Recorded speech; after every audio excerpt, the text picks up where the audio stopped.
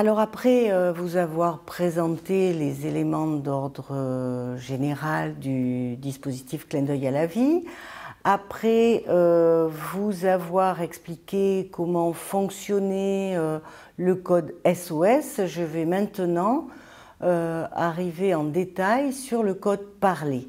Le code parlé contiendra deux méthodes, la méthode de base que nous allons voir maintenant et une autre méthode alternative pour le cas où le mot ne se trouverait pas dans cette base de données. Alors, rendons-nous donc sur l'onglet Parler. Voilà. Sur cet onglet, le patient va voir cette page qui est un récapitulatif.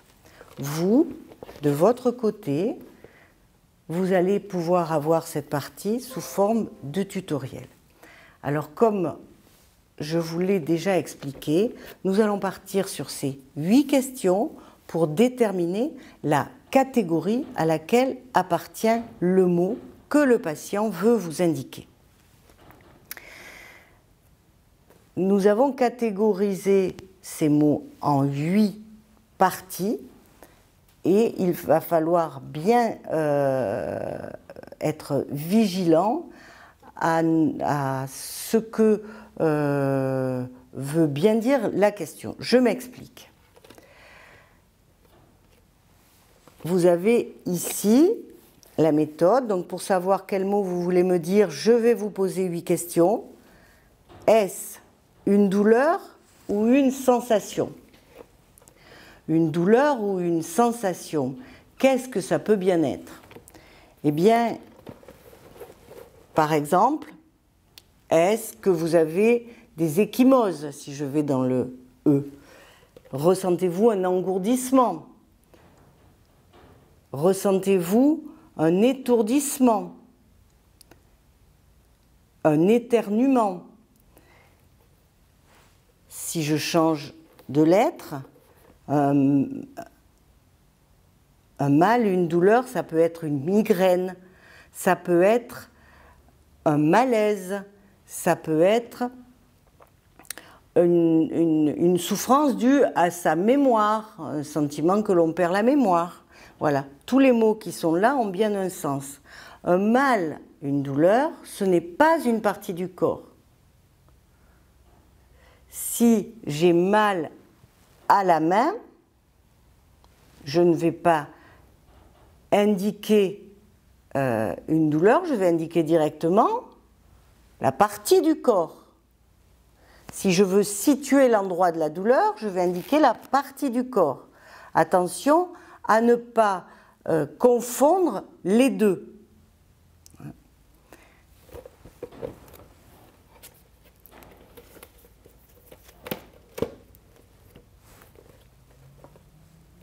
Donc, est-ce une partie du corps? Donc, dans une partie du corps, par exemple, je vais avoir bien sûr la main, je vais avoir la mâchoire, le menton, les muscles, les mollets.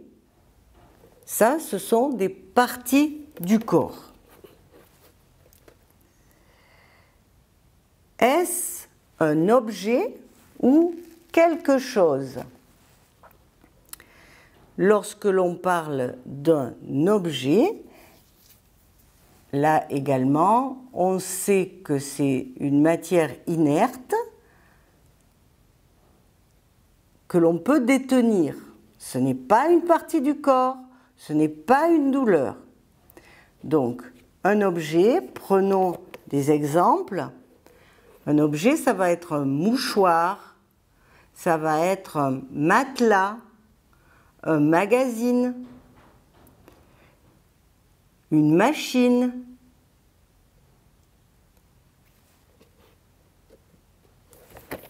ça va être un siège, un savon,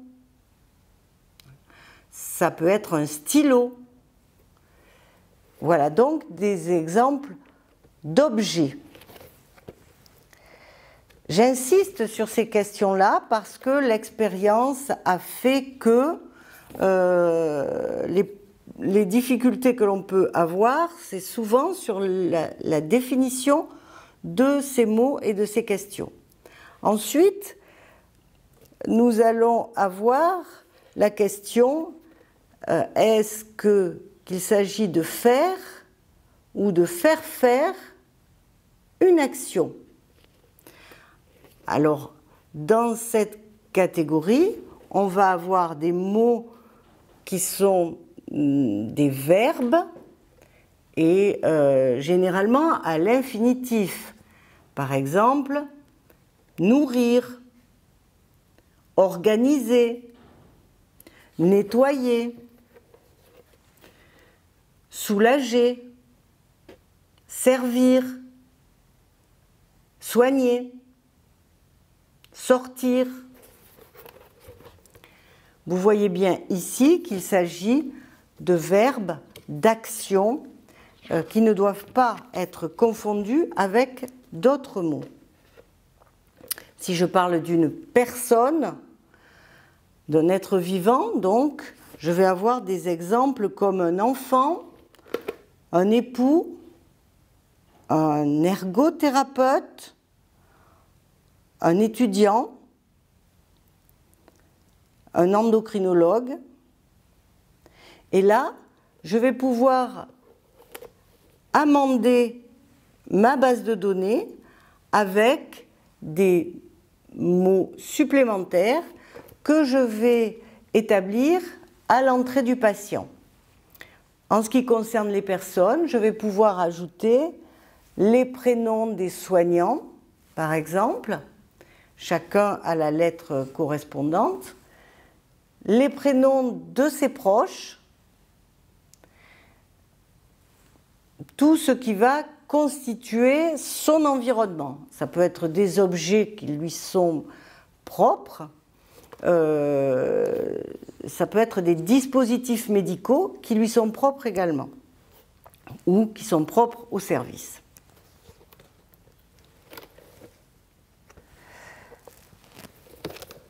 Question suivante, est-ce un sentiment ou une envie? Là aussi, il faut être très clair. Dans la première question, on demande si on a une douleur ou une sensation, qui est un ressenti plutôt physique. Une sensation, ça peut être une faim, ça peut être une soif, ça peut être un besoin physiologique. Par contre, un sentiment ou une envie, c'est autre chose. Par exemple, être nerveux,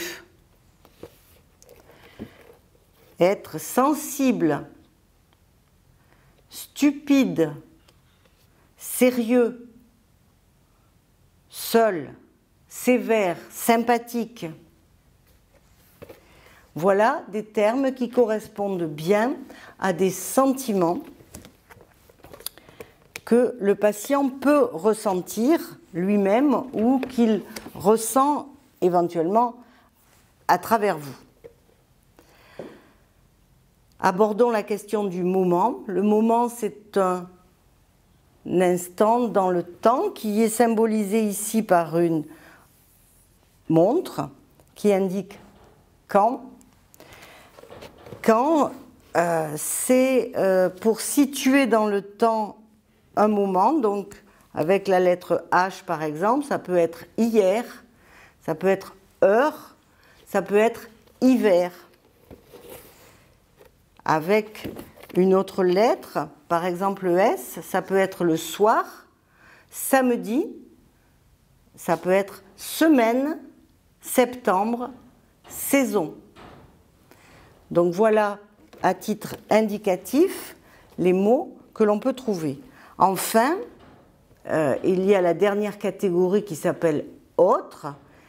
Et dans cette catégorie, on va trouver des mots qui ne peuvent pas se mettre dans les autres catégories. Donc par exemple, si je prends la lettre B, le bas, le contraire du haut, le bon, le contraire de mauvais, brillant, ou beaucoup. Ce sont plutôt des qualificatifs. On peut trouver gauche, comme on trouverait droite.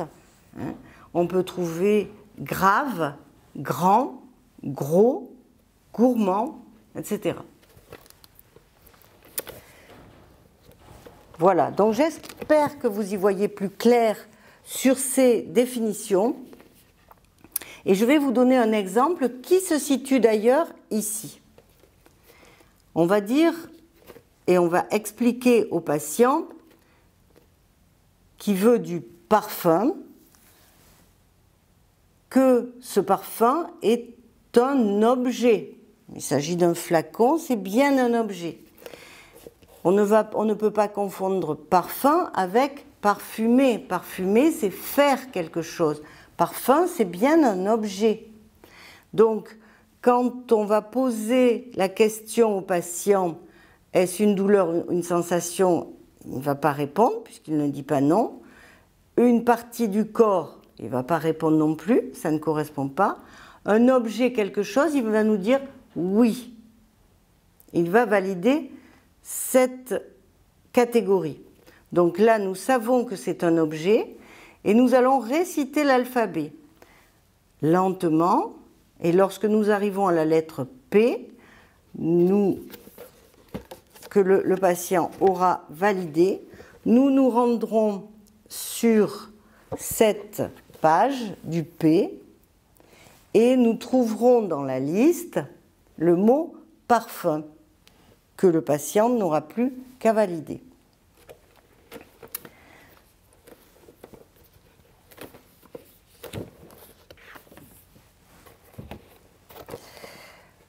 Voilà, je vous mets toujours en garde sur les réponses positives. Doublez-les toujours d'une seconde vérification pour vous assurer que le patient n'était pas dans un réflexe de l'œil et qu'il a bien voulu dire oui. Est-ce que vous avez bien voulu dire ça, hein? Et dans le cas où le patient n'a répondu oui à aucune de ces questions, eh bien vous recommencez au début une seconde fois. Toujours très lentement, de sorte que le patient ait le temps également entre deux questions de formuler son oui avec les yeux.